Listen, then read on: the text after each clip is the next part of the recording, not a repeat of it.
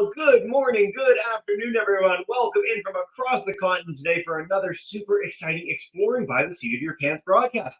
We are nearing the end of the year. This is my second last program of over 350 that we've done this year. We've got 2 more to wrap up this week, 2 more next week with my colleague Joe. It's going to be a wild ride to wrap up what has been an incredible school year. So I just want to take the chance to say a big thank you to all our audience. If you're joining us for the 50th time or the first time, it is such a privilege and thrill to get to bring in the coolest scientists and explorers on planet Earth to you every single day.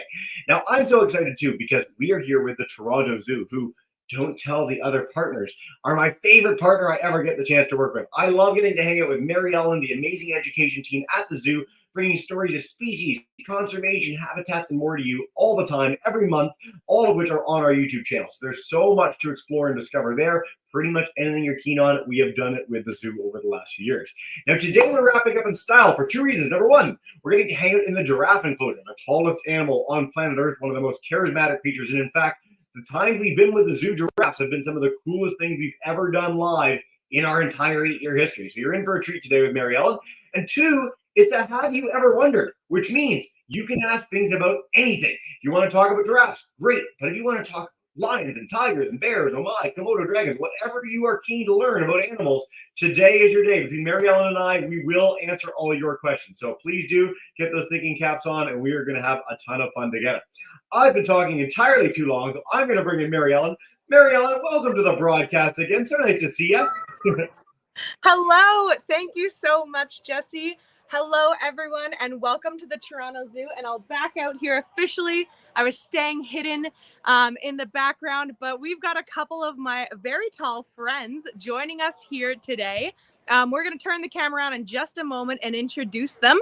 And we are going to be talking about our giraffes. But as Jesse mentioned, it's kind of a bittersweet moment for us. This is our last broadcast with Jesse and the Exploring by the Seat of Your Pants team of the season, or of the school year, I should say. We'll hopefully be doing some more in the fall as well. But with that, we want to make sure that if you've had a question at all during any of the other amazing broadcasts that we do monthly, and hopefully you've tuned into a few other ones, but you might have gone to ask some questions, but maybe not. So if you've missed that chance, we want to make sure you have it here with us today. So definitely write in your questions. Get ready if you're the live classes. And we're going to learn all about these amazing, amazing creatures and answer some of your questions about the zoo. Before we get started, though, I'm going to have Jesse bring up our land acknowledgement here quickly for us. And then we will start introducing my tall friends behind me. So we would like to acknowledge that the land that we are standing on is the traditional territory of many nations, including the Mississauga of the Credit, the Anishinaabe, the Chippewa, the Haudenosaunee, and the Wendat peoples, and is now home to many diverse First Nations, Inuit, and Métis peoples. We would also like to acknowledge that Toronto is covered by Treaty 13 with the Mississaugas of the Credit and the Williams Treaty signed with multiple Mississauga and Chippewa bands. Thank you so much, Jesse. So without further ado, I know who you're really here to see. I'm going to turn my camera around here and introduce you to the stars of the zoo and the stars of our show here today. So with us here, we have 3 of our 4 Maasai giraffes.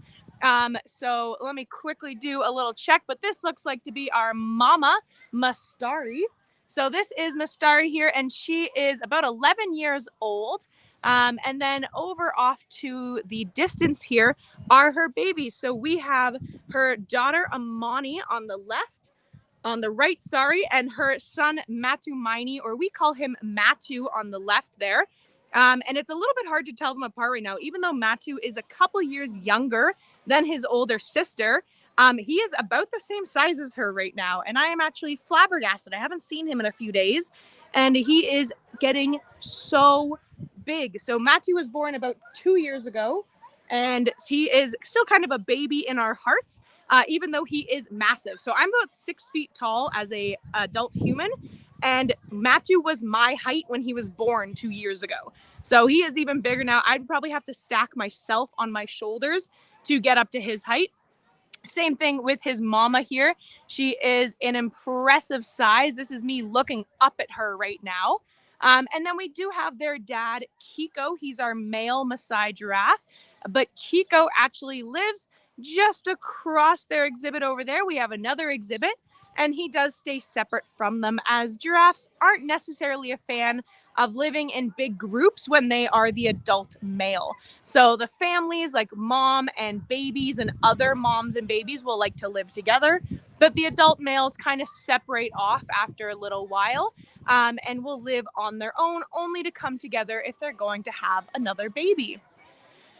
Now, I'm just going to throw it out there in case we have questions coming in. Jesse, do we have lots of questions? If not, I can keep talking about our giraffes forever.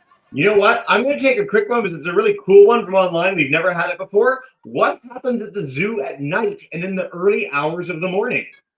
Oh, that is a good one. I don't think we have had that one before. That's a great question. So actually, I would say, and I feel bad for saying this because it's not always easy for guests to have that opportunity to come in and see our giraffes or all of our animals overnight or first thing in the morning or late in the evening, because some really cool things happen then.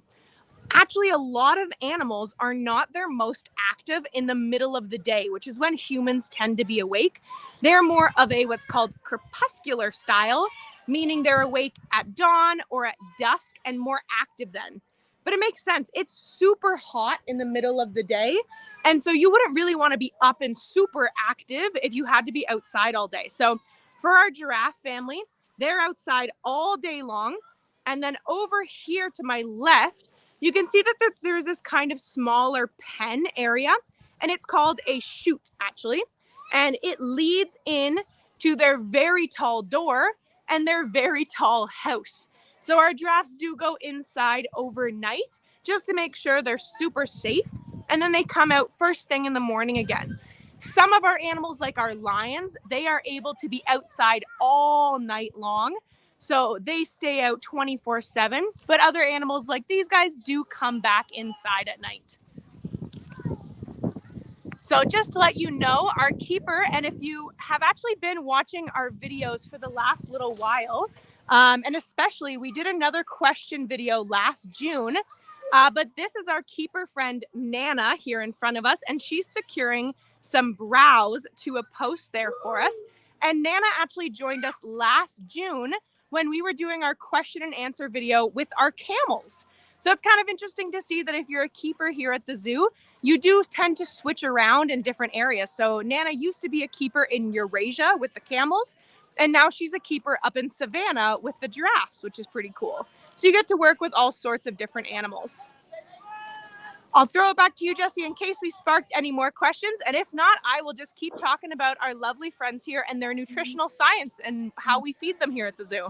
You know what? It's pretty special to have 3 giraffes live on camera this close, but I will note, if you are on YouTube and you want to share questions, please do. Any animal, live classes, I am going to be coming to all of you. I know you might have a lot of queries in giraffes, but if you're on StreamYard and you want to type anything in the chat over the next 10 minutes or so before we enter into the real big Q&A, please feel free, and I can pivot from there. But with our giraffe friends eating, tell us anything more you want to tell us about it, Mary Ellen. Perfect. I know it can be kind of distracting with them here. You might just be mesmerized by them eating right now as well.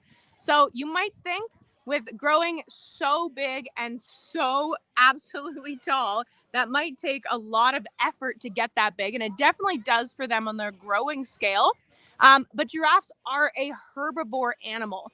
And we know that as well. If we were to look inside at their teeth, they have pretty much all flat teeth and then some ripping teeth at the front, which is how they're actually getting the leaves off of their browse right now, is they're kind of ripping and then grinding them. And you actually have some of the same teeth in your mouth.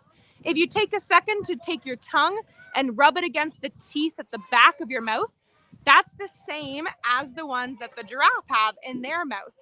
And we use those teeth to grind up different plants and different foods that we're eating.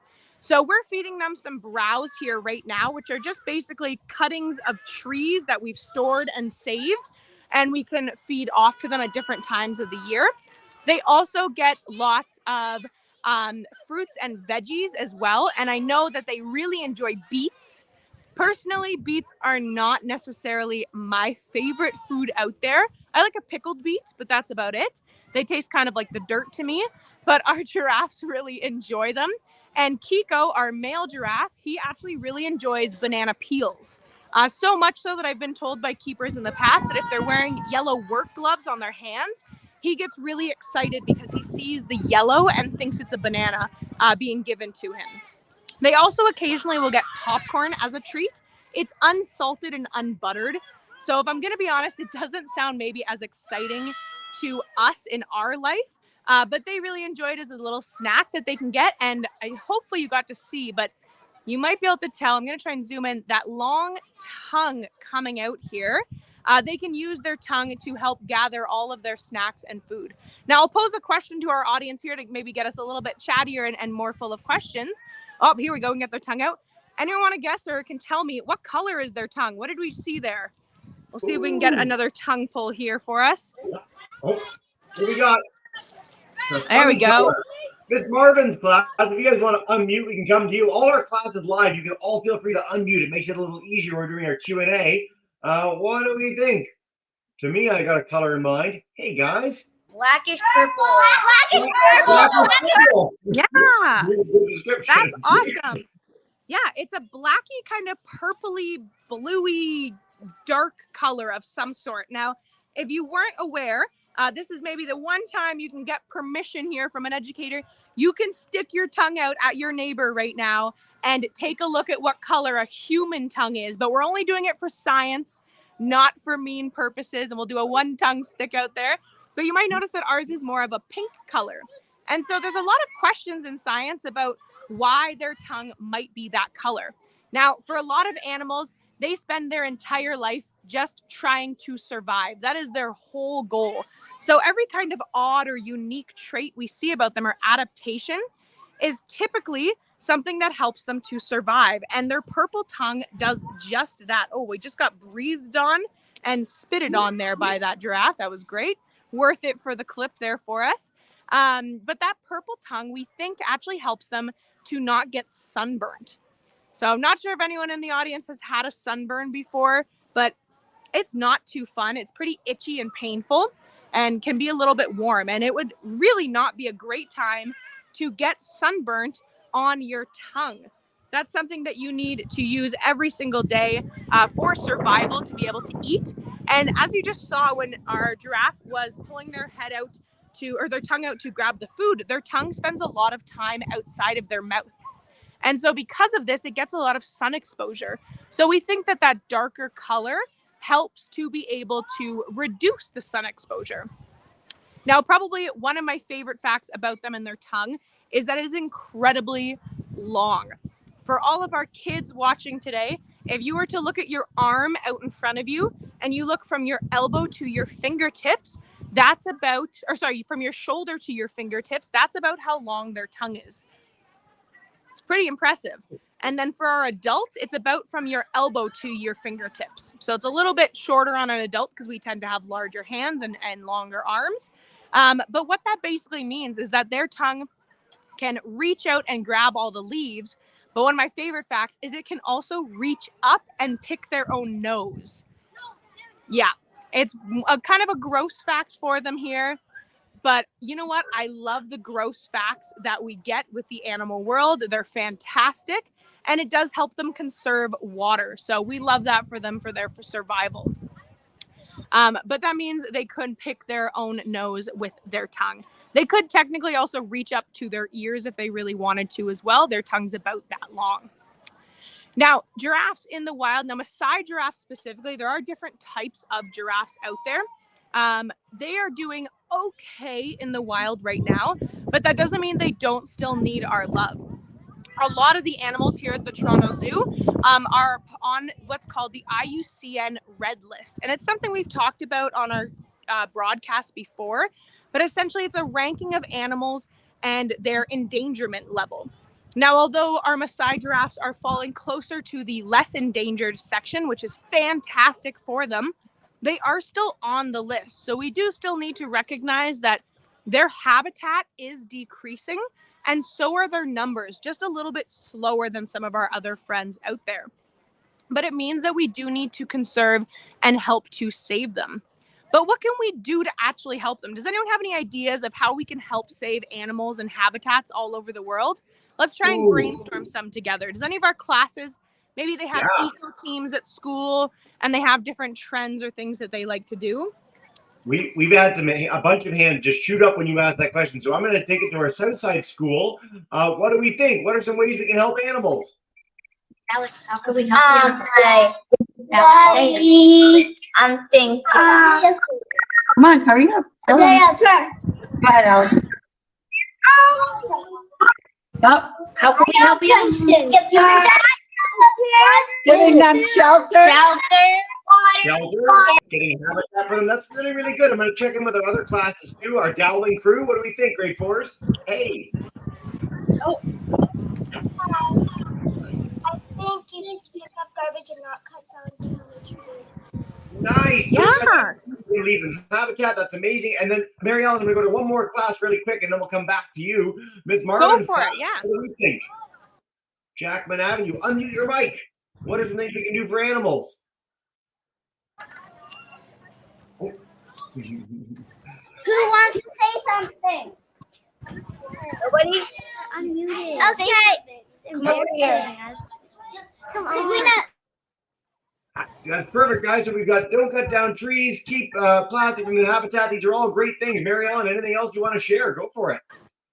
Of course I do. Those are all great starts for it. And I heard a few different ones about protecting and saving their habitat. So that's exactly right. We talk so much about animal saving, but we have to remember that they need somewhere to live as well. So we want to make sure that we're helping to save the environment. And I heard a great one there is not to litter on the ground.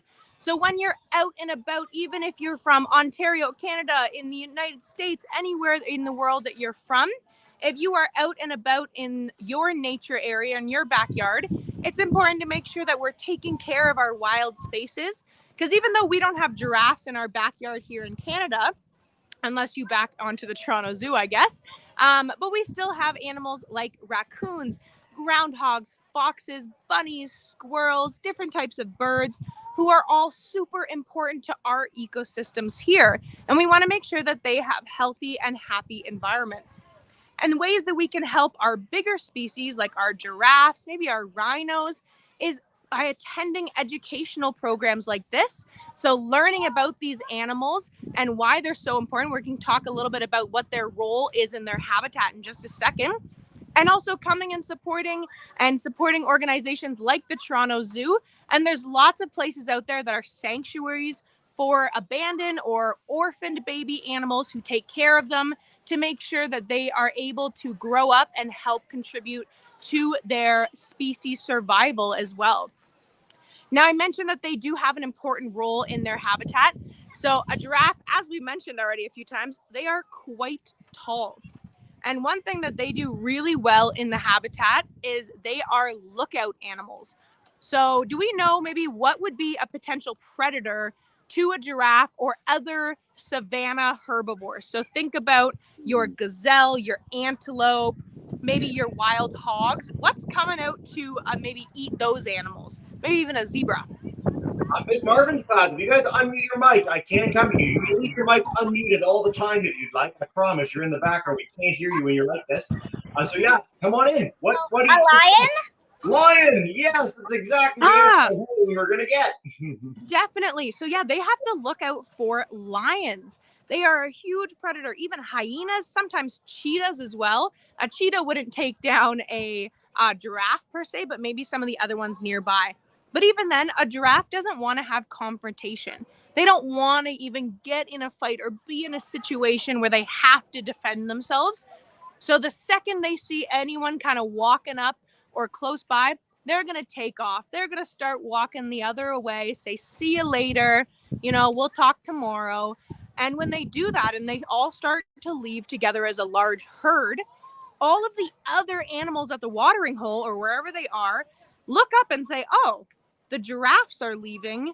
Maybe we should also leave. We don't see any danger, but maybe the giraffes see something that we don't. And that's exactly it.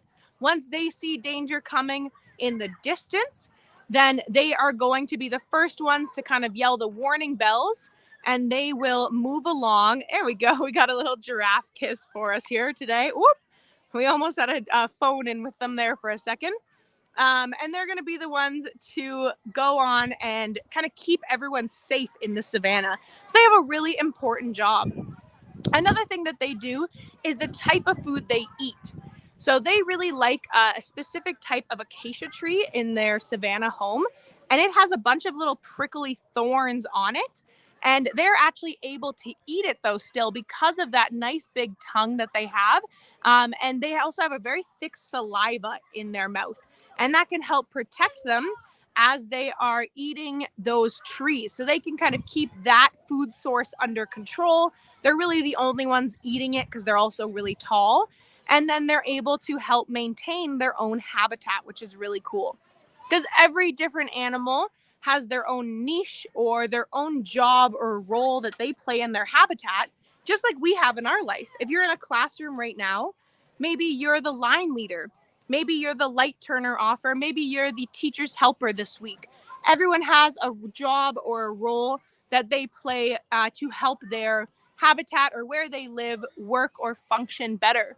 For example, this is my job here today, is coming out and educating you guys on our amazing giraffe herd here and how incredible they are. We got we're kind of staring contest there for a second. Yeah. That was great. Oh, well, Mary Ellen, this has been so special and so nice to be able to have a staring contest with the giraffe as we're sharing so many amazing facts about them, their habitat, and the zoo's work.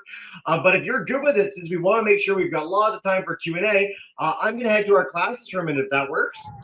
Go for it. Amazing. Well, Bristol crew, I'm going to come to you first at Southside School. Dowling, we're coming next in Madam Marvin's class.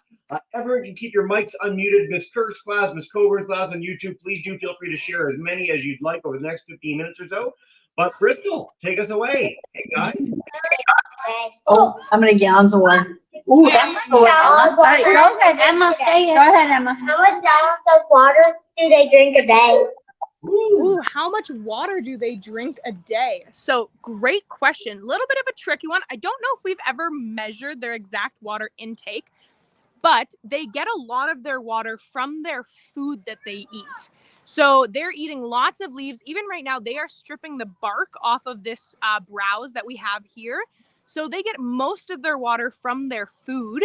But if we do look in their exhibit, we try to actually hide water fountains. But that kind of rock over there in the distance, that's actually their water bowl for them. So when they do want to have a full drink, they head over that way to have some.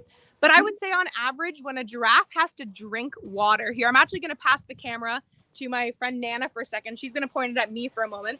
So giraffes are so tall and their neck is shorter than their legs. So if they want to drink water from a ground source, they have to spread their legs out to bend their head down. And when you're looking down like that, you're actually opening yourself up to predators. So they don't do it that often. So they sparingly drink water from water sources, but they get their hydration from their food instead. Yeah. Fantastic answer, Mary Ellen. And I want to note for any of our kids, if you want to look at a giraffe drinking online, you can find that picture very easily, and they're very cool to witness. That's very a neat question. Dowling crew, we're going to head to St. John. Come on in and take us away for us. Hey.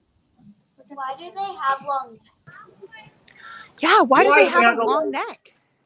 That's a great question. So when I was talking about what their predator might be, I started naming other herbivores in the savannah. So I said zebra, hippo, antelope, eland, all of those kind of herbivore animals. They're all about the same size, and they all are what we call kind of ground eaters or grazers. So they're eating food all off of the ground or low bushes. And that's a lot of competition. I don't know about you, but I probably would bow out of that. I don't know if I could compete with a hippo for my meal every single day.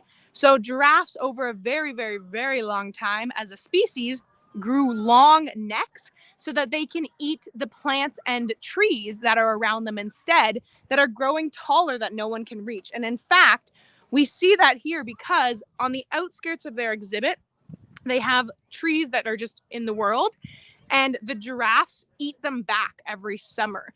So at a certain point right now, it looks really lush out beside them, but very soon they will be all eaten back because the giraffes reach over their fence line to do it.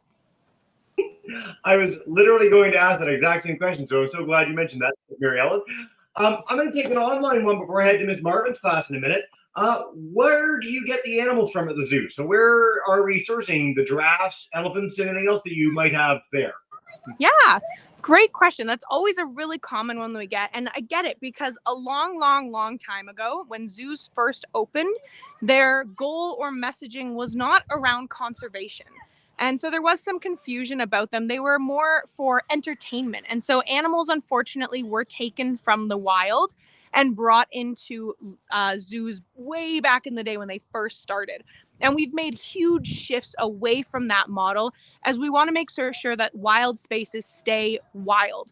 We want to make sure that they are pristine. So the animals that you see at the Toronto Zoo and other accredited facilities, they're either born here at the zoo. So Amani and Matumaini and actually Mastari were all born here over the years. Kiko is a new addition to the zoo, and he came from somewhere in the States, I believe. California, yeah. And we're pretty sure he came from California, from another accredited facility. And he came here with the purpose to breed with Mastari, our mama.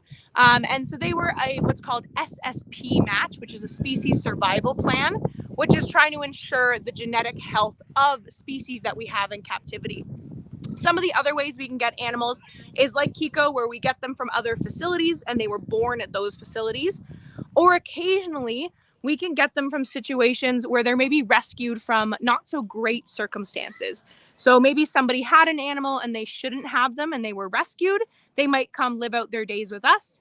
We have 2 polar bears here at the zoo, Aurora and Nikita, who unfortunately were found all by themselves in the wild, and they didn't have a mother to protect them or teach them about how to be a polar bear. So they were brought to us in 2001 and they live out their days here with us now. I'm so glad we got that question because it's one that we do get a lot. You've certainly heard it many times in our broadcast. I think it's really important to highlight. So thanks for that, Mary Ellen.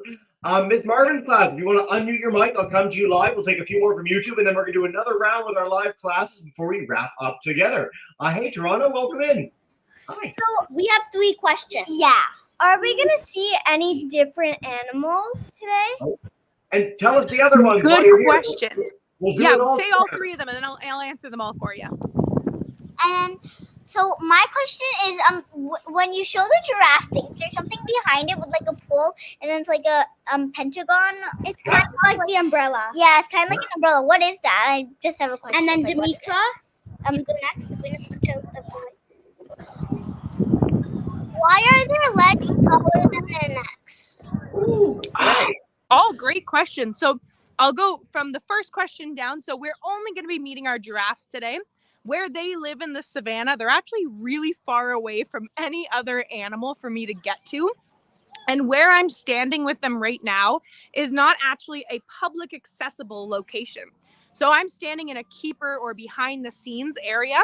The public side is just over there if you came to view your giraffe. So I've got a special view of them for this broadcast today, which makes it difficult for me to move and see another animal. But don't worry, if you want to see more, Jesse and I have done probably, I think, 40 of these videos or so in the last couple of years. We have so many together, and I think we'd have to go and count it up to be sure, but I'm pretty sure I have showed every single animal at the zoo at least once in our broadcast. So if you want to meet them all, definitely I recommend going back and watching them. Some of them I tour whole buildings. Some of them I'm just with one separate animal like this as well. So there's lots of chance to see them all. The shelter that you mentioned over here, you're right. Somebody said it was like an umbrella. That's a shade structure for them. So although they do really enjoy the savannah because that's the habitat they're used to, it still does get really hot. It's a little cloudy right now, but there's usually lots of sun, and those provide them with shade. But also, I don't know if you can see, there's a barrel hanging right there. That gives keepers the opportunity to string up food for them and put it at giraffe head height, so they can eat it more like a natural behavior of eating a tall plant or tree. And then there was a question about why their legs are so long and so much longer than their neck.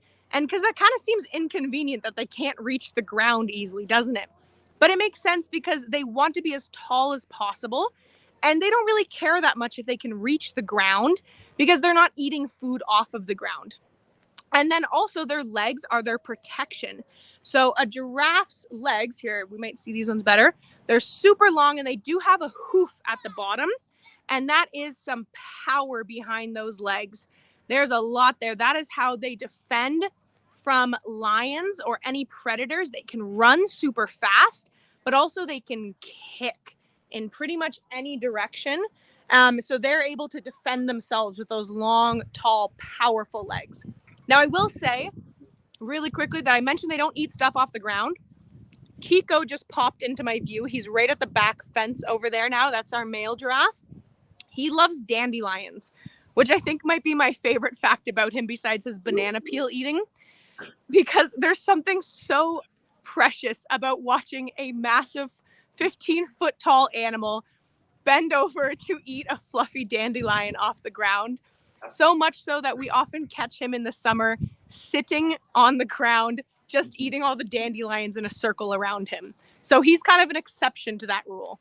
If you ever want to lend him out, my garden has a ton of those, and we could make everybody happy involved. It'd be a lot of fun. I love it. We're going to take 2 quick ones from YouTube and then head back to our live classes. Time flies when you're having fun, folks, but if you do have any additional questions about wildlife and more, please email them to me after. And for all our registered classes, I just sent you an amazing Kahoot that Mary Ellen and I did on giraffes. If you want a cool quiz follow-up to this, like 14 questions. Super, super fun. Vivienne, in Miss Kurt's class, they want to know, do giraffes migrate like elephants do, or do they stay mostly in the same location? Oh, good question. Yeah. So there are a lot of animals who will migrate around. I'd say they can follow a migration pattern. Animals typically go where the water is. So they will migrate between watering holes or looking for different sources of food or hydration. But I wouldn't say it's the same necessarily as like a caribou migration, where they're going systematically between weather or changing climates. That's like a yearly rotation for them. But they will wander around, and they'll have a range that they like to stay within, but they'll wander within it. Follow the water is pretty much universal for wildlife. We're very lucky that a lot of us in the places we are just open it from a tap. That is not the case for most creatures in the world. So it is what drives most things moving around our landscapes, whether in East Africa, Canada, or beyond. Great question, Vivian. All right, Dalewood students, Miss Coburn's class, before we go back to our Southside Bristol crew, they want to know how often do you clean the enclosures and what kind of training do you need to do that? Oh, that's great. So all of the animal exhibits that we have here, they're cleaned at least once a day. Oftentimes there's spot cleaning throughout the day or like spot checks that happen. So you can see out here that there are some droppings from our giraffes. There's our quite tiny little pellets that they have. But the keepers come out every morning and in the evening and clean them for them. And not only do they clean their outdoor exhibits, but our giraffes all have little homes inside. So while they're outside, the keepers go in and clean in there for them. So when they go to bed tonight, they have clean sheets, we'll say, to be in. And then what do you need? What kind of skills do you need to work at a place like the Toronto Zoo and work with the animals? So to work in a keeper role specifically, you're going to want to probably be in some sort of biology, zoology, veterinary, or animal care stream of schooling. So there are a few different ways for it, but typically that's what we see here. You need to have some sort of science background coming in and a passion and a love for animals and conservation.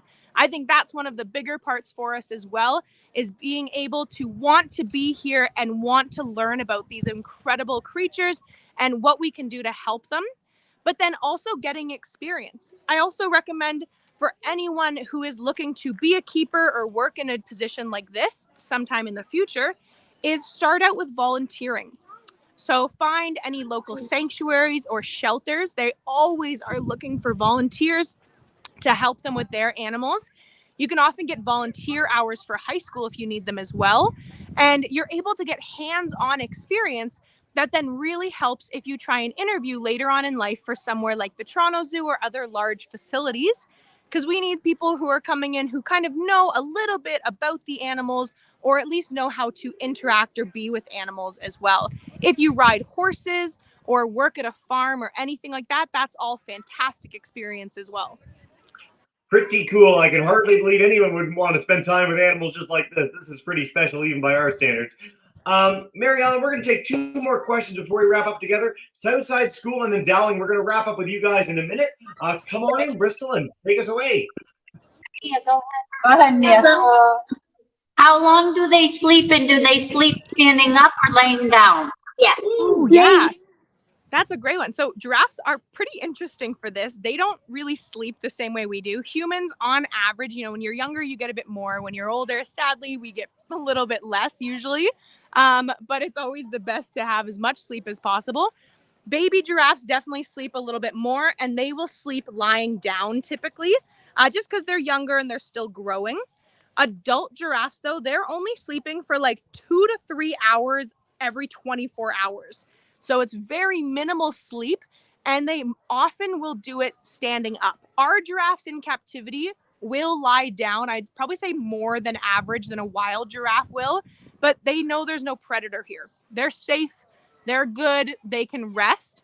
But a wild giraffe's going to stand a lot more. If you're ever here at the zoo, this one's eating right now, but he's kind of just looking off. If you ever see a giraffe kind of standing, looking into nothing, they're usually taking a 10-minute power nap. And that's how they do most of their napping throughout the day. I wish I could do that. That would be so much fun. The things we could get done in life if we only needed 2 hours of sleep. Miss Marvin's thoughts, I do see your hands. I will come to you for one question when we're done with our Dowling crew, okay? One question for you guys. We want to keep it even for everyone. But St. John, come on back in. Hi, 4th graders. Welcome back. We have 2 questions. Okay, let's do 2 then. How tall do they usually get? And Also, how often do they eat? Yeah. So our Maasai giraffes in general, I mentioned there's a few different types, but these are the Maasai ones. They are the tallest species of giraffe, and they cap out at about 18 feet tall. So I'm 6 feet as an adult human. So it's like almost 3 of me stacked on top of myself. So 3 adult-sized human to equal 1 full-sized adult Maasai giraffe. Kiko, I believe, is about 16, 17 and a half hands. So he's our biggest one. He's like on like the medium to shorter side of a Maasai, I guess.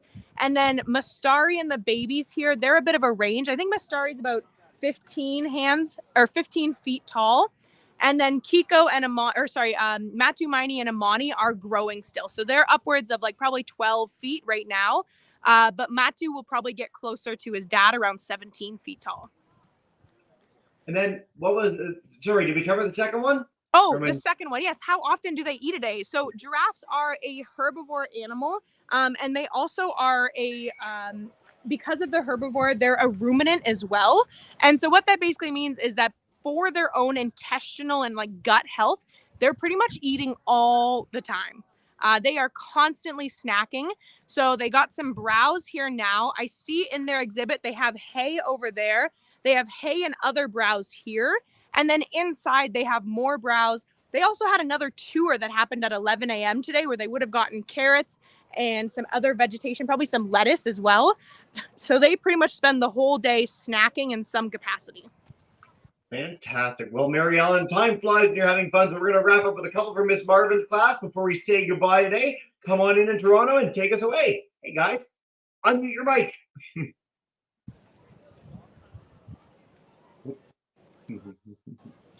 We have 2 questions. Perfect. How many pounds of leaves do giraffes eat a day? Yep. And? We have 3. We just realized that. Can you show us inside, like where they sleep? Yeah. And then what was your third question? Yeah.